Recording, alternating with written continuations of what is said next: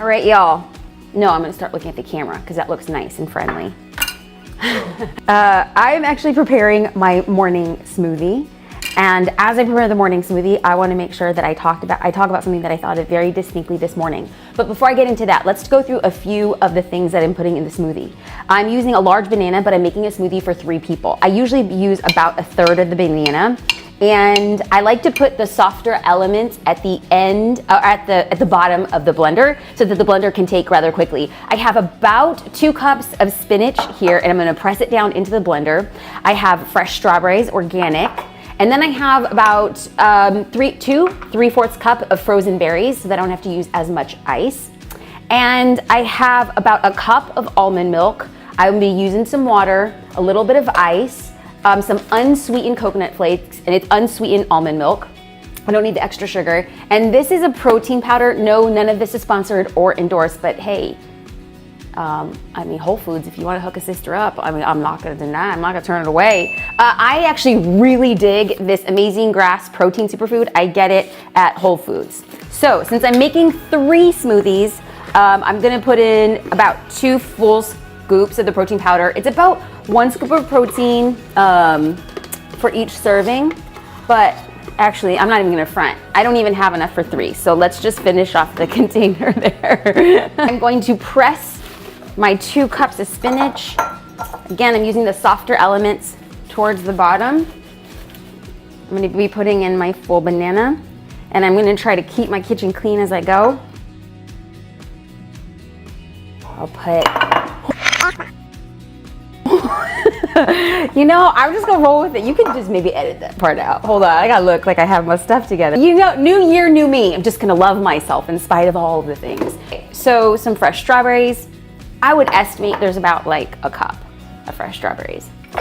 And you'll notice it's a little bit, it does have sugar in it, specifically from the banana, not too much. I like to use the berries because berries don't have a lot of sugar. This has 0 sugars. That's another reason why I like that. I like to get a little bit of coconut because I feel like coconut gives me the essence of island life. If you can't live on an island, maybe you can have your smoothie taste like one. Just like a little bit in there. And so I can already tell that the amount of water that I add to the smoothie is kind of like a creative endeavor. You don't really know. Sometimes I add to it as I go. It depends if you like, some people like their smoothies to be very thick. Some like them to be juicy. Today, let's see how it comes out.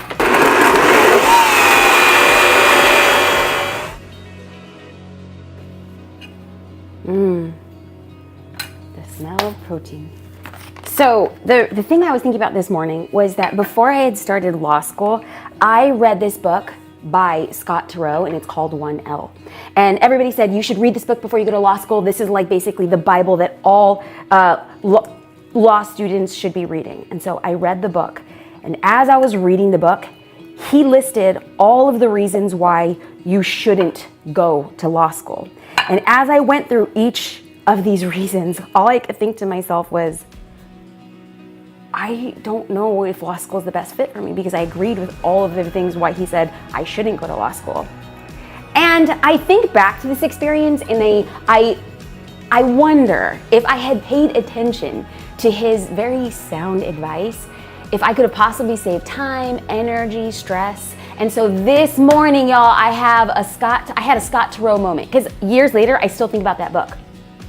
And so he was basically warning, encouraging, cuddling, being real with people to say, hey, it might not be the best idea for you to go to law school if. And so we're gonna have a little bit of a Turow conversation amongst and amidst our protein smoothies. So a little bit of a break.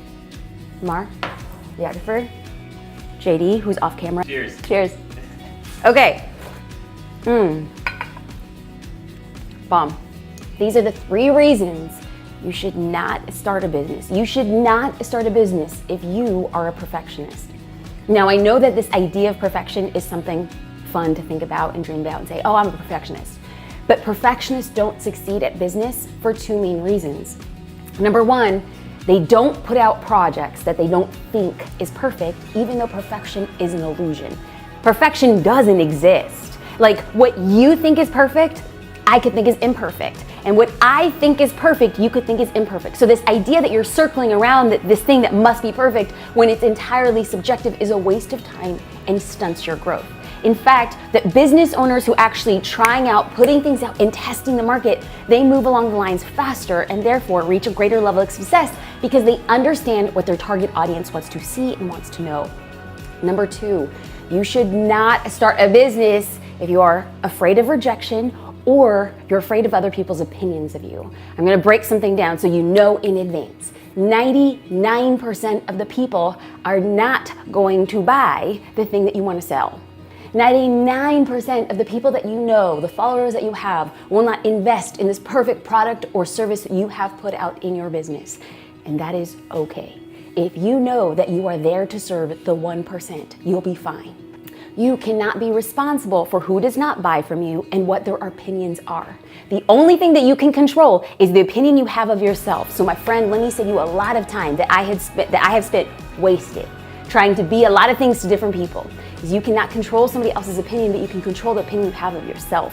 So as a business owner, the greatest gift that you can give yourself is to wake up every morning and say, I love myself.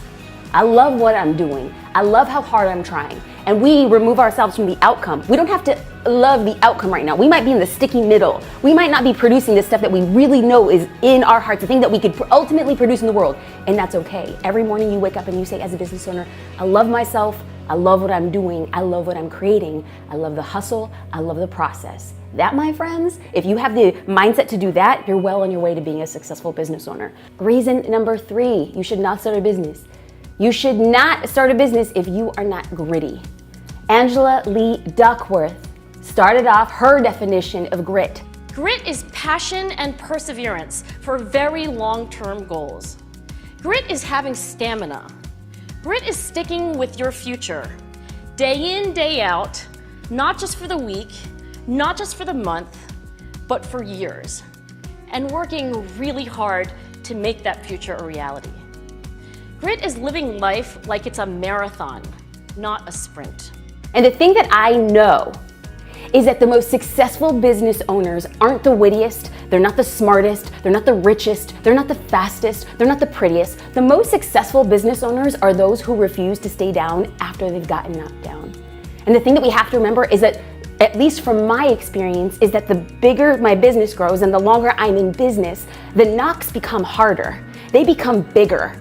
And it's as if life and the universe and God is challenging you to stand up and define the thing that you want. So my friends, if you have the ability to not care what other people think about you, if you have the ability to share things that might not be quote unquote perfect and test the market and see what people say, if you have the ability to get up after you have been knocked down, then welcome to the club of entrepreneurship. We welcome you with open arms. If any of this did not sound like an amazing morning smoothie that you want to drink every single day, you know where the door is, boo-boo. Years from now, I don't want you to be like, I thought about this video that Jasmine Star Girl did, and I should have listened. Now you know. Now if you don't know, now you know. And if you don't know, now you know. Because if you don't know, now you know. Biggie! Shout out to my boy, Biggie. So as we get to the end of this video, we have spoken about the lack of perfection, which is the thing that's gonna dial you in. We spoke about not caring about other people's opinions and knowing that 99% of the people will say no to the thing that you are offering. And lastly, we talked about grit. Now, it's not enough to watch this video and be like, yeah, all right, I drank Jasmine's green smoothie, I'm ready. And then there's no action. So my question to you, friend, is what is the action? Does that mean that you're gonna email 3 different people to see if they wanna grab coffee or lunch? Does that mean that you're gonna email 15 people who you met at a networking event last week, last month, 2 months ago? Does that mean you're gonna sit right now wherever you are and send 50 DMs to people you could possibly collaborate with? Whatever the thing is, my friend, please do that today.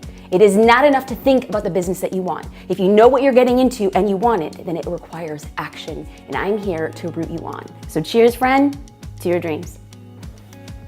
Thank you.